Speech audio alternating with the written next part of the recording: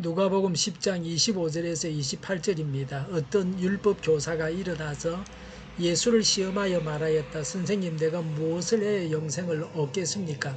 예수께서 그에게 말씀하셨다. 율법에 무엇이라고 기록하였으며 너는 그것을 어떻게 읽고 있느냐? 그가 대답하였다. 내 마음을 다하고 내 목숨을 다하고 내 힘을 다하고 내 뜻을 다하여 주 너의 하나님을 사랑하여라 하였고 또 내 이웃을 내 몸과 같이 사랑하여라 하였습니다. 예수께서 그에게 말씀하셨다. 내 대답이 옳다. 그대로 행하여라. 그리하면 살 것이다. 아멘. 25절에 어떤 율법 교사가 일어나서 예수를 시험하여 말하였다고 했습니다. 율법에 능통한 학자요 교사인 사람이 예수님께 질문했습니다. 자신의 성경 지식을 총동원했습니다. 질문한 의도가 예수님을 시험해서 말했습니다. 예수님을 테스트하려고 했습니다. 25절에 선생님, 내가 무엇을 해야 영생을 얻겠습니까? 라고 했습니다. 영생 얻는 방법을 여쭙고 있습니다. 영생은 사람이 얻어야 할 가장 중요한 것입니다. 중요한 질문입니다. 누구나 이 세상에 태어난 사람은 이 질문을 해야 합니다. 그래서 영생을 얻어야 합니다. 무엇을 행해야 영생을 얻는다고 생각하고 있었습니다. 이것이 함정입니다. 물론 율법에 명하신 대로 하면 영생을 얻는 건 맞습니다. 그러나 누가 행함에 있어서 온전할 수 있느냐 하는 것입니다. 행함으로는 구원을 받지 못합니다. 오직 믿음으로 구원을 받습니다. 그러나 우리가 믿어서 구원받은 자의 의가, 우리 믿어서 구원받은 자의 의가 바리새인이나 자기 나름대로 양심적으로 사는 사람들이나 어떤 부류의 사람의 의보다 더 나아야 합니다. 예수님이 대답하셨습니다. 26절에 예수께서 그에게 말씀하셨다. 율법에 무엇이라고 기록하였으며 너는 그것을 어떻게 이해하고 있느냐라고 하셨습니다. 예수님은 그 사람에게 다시 물어보셨습니다. 율법에 기록한 내용이 뭐며 그것을 어떻게 이해하고 있느냐 하는 것입니다.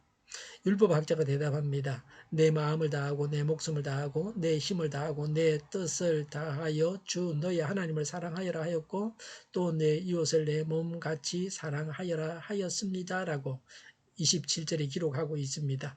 무엇을 해야 합니까? 한마디로 말하면 사랑입니다. 첫 번째는 하나님을 사랑해야 합니다. 신명기 6장 5절에서 인용했습니다.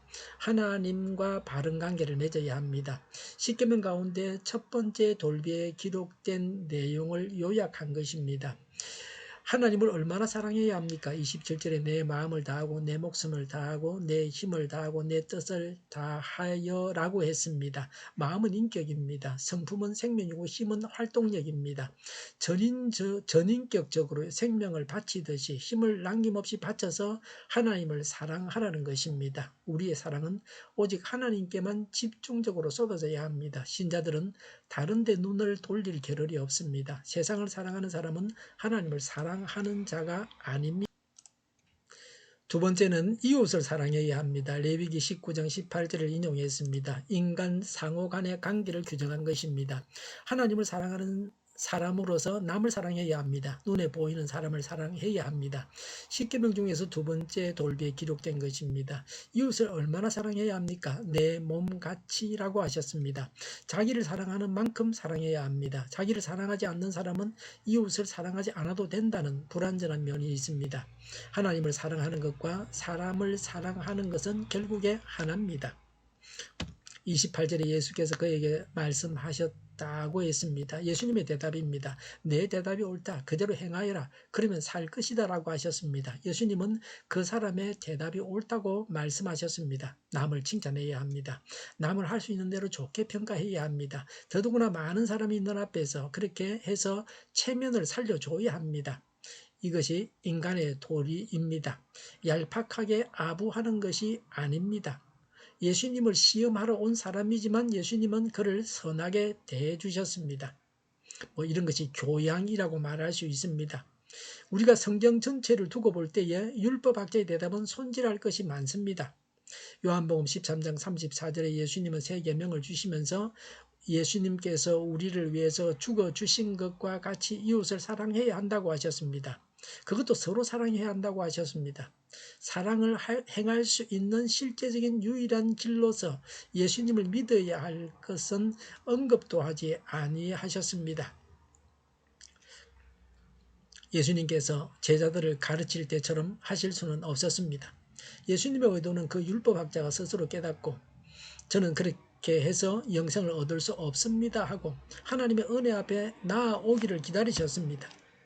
우리가 하나님의 은혜 앞에 나아가야 합니다. 예수님을 하나님으로 구세주로 믿고 십자가 앞에 나아가서 지은 죄를 용서받고 예수님을 주인으로 모시고 하나님의 능력으로 하나님의 사랑으로 사랑해야 합니다. 그래야 예수님처럼 서로 사랑할 수 있습니다. 우리가 성도로서 하나님께서 주시는 사랑으로 사랑의 열매를 맺어야 합니다. 하나님은 사랑이십니다. 기도하겠습니다. 하나님의 능력으로 사랑하고 사랑의 열매를 맺게 하여 주시옵소서.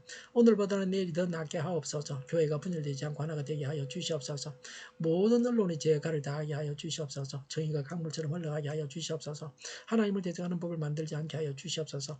코로나19가 물러가고 전 세계적으로 백신을 신속하게 대량 생산해서 충분히 공급하고 치료제가 나오고 같은 생활이 끝나게 하여 주시옵소서. 수도권과 부산과 영도의 환자 폭증을 막아 주시옵소서. 주일 준비를 잘하고 내일은 하나님 앞에 아름다운 예배, 감염이 없는 예배를 드리게 하여 주시옵소서. 우리 동일교회가 만구는 집하게 하여 주시옵소서.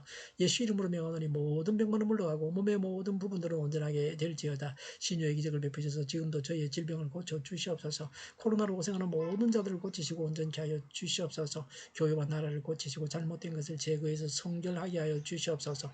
저희와 교회와 나라의 민족을 불쌍히 여겨 주시옵소서.